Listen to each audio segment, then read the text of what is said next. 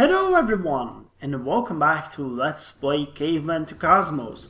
We are looking at our capital Babylon that has a population of 14, which should be 10,000 people, I believe. Yes, we have 10,000 people living in our capital, which is a huge achievement on the grand scale of things.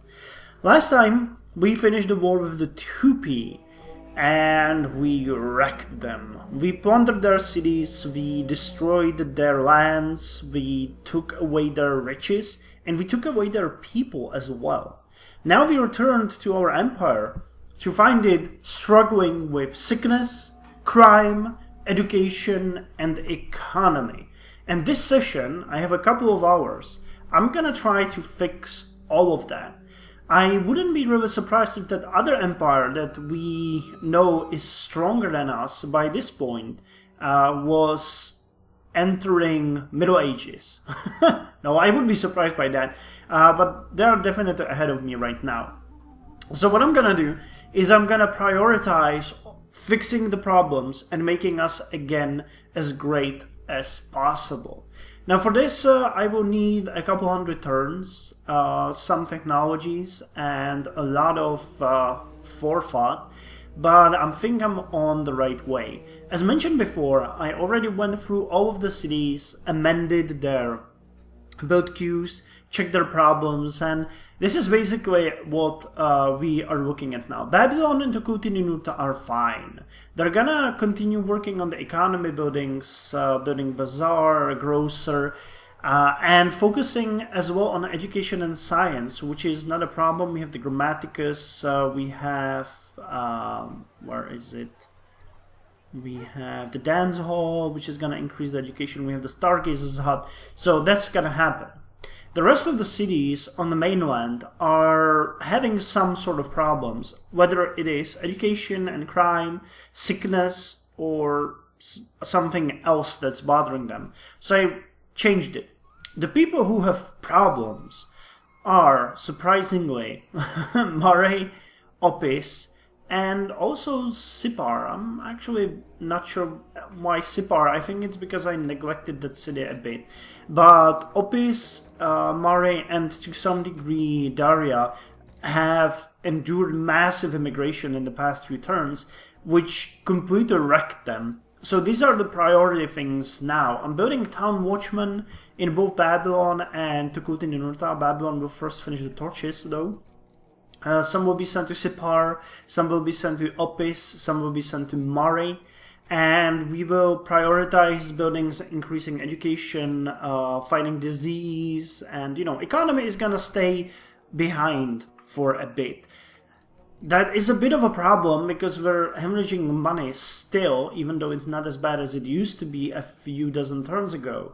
But I'm pretty sure that if we destroy crime in places like Mare and Opis, it's gonna bump us quite higher than we are now. So we can then take the town watchman and the Grammaticus and stuff like that, which actually costs a lot of money.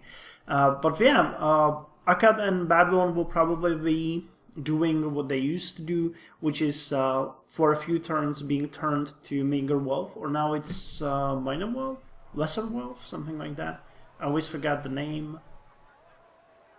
Lesser wealth, I've remembered. And thus creating a stockpile of gold for us. Now we're 10 turns away from salt processing. I'm gonna burn the turns, micromanage everything, and I'll see you folks when we get there, I guess. Or when something horrible happens, like an uprising. Well, it's one turn away from salt processing, and this is the actual first turn when we are not losing money, even with lesser wealth on. A turn ago we had minus 15, and now we're at 0. It's mostly because we finally delivered 2 of the watchmen to Opis, so that they could start lowering the crime, which was massive. There was like minus 20 here, and now we're at minus 5.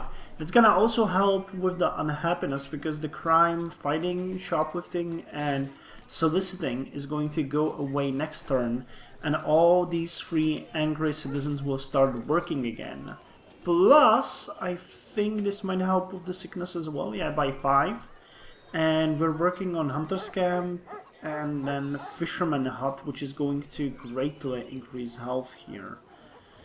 I'm thinking that it might be better to build it immediately after the Hunter's Camp is done, but I wanted the +1. Yeah, that's not such a major thing. So let's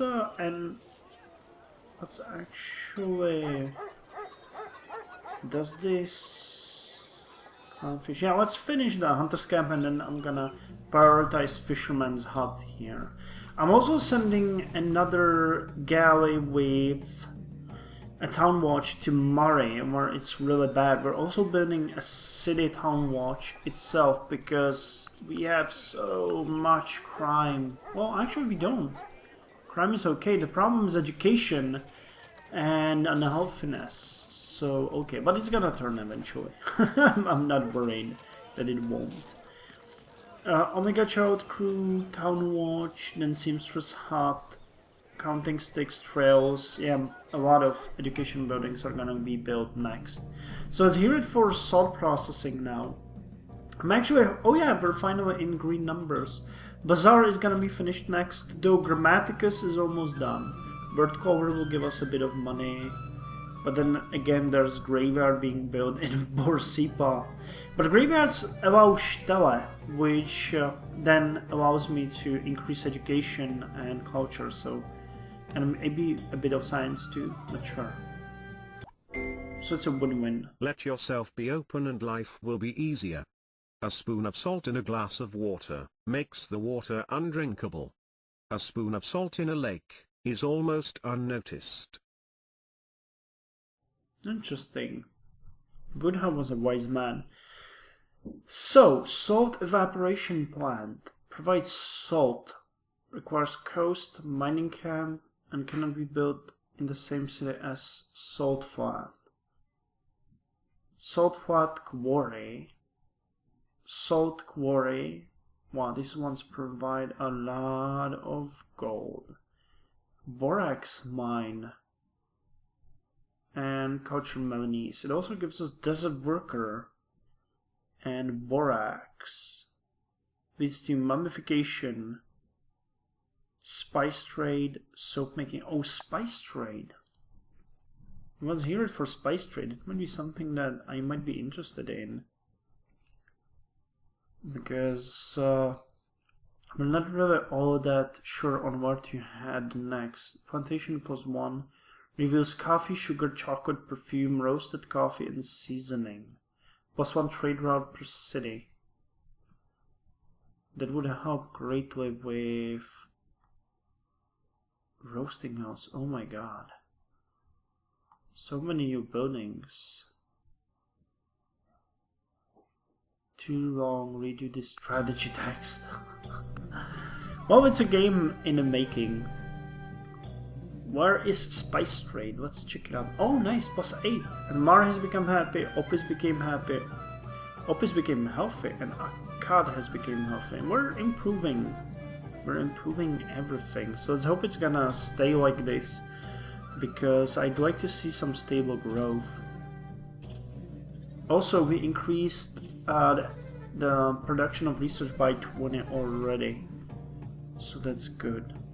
We are somewhere around, wow. So apiculture, orchards, spice trade, it's gonna be somewhere really far. Soap making, yeah, soap maker, lime maker, I guess we might have to prioritize that eventually. Metal casting, yeah, salt processing is here, but where is spice trade? Might be way too further. As oratory here. Oratory is good though. School of Rhetoric provides a lot of education. We might have to go for that. I don't see spice trade anymore. Resurrection, magic, magic shop, mummification, polytheism, brassworking, seafaring, hydraulic mining. Oh, that's good. Veterinary medicine. I don't really see spice trade anymore. Soap making.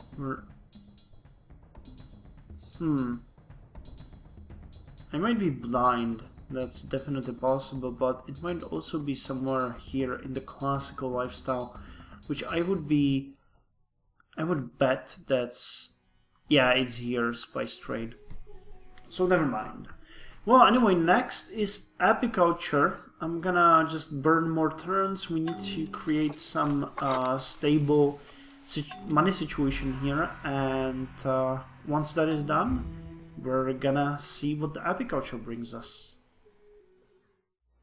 Well, it's here 4510 BC, and the crime is officially non-existent in the Babylonian nation in any form whatsoever.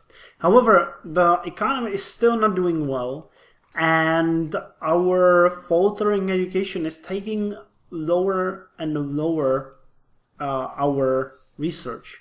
So what I'm trying to do now is somehow get through this heavy part where we are working on the markets in Tukulti and Babylon, while other places build the Stargazer's Hut.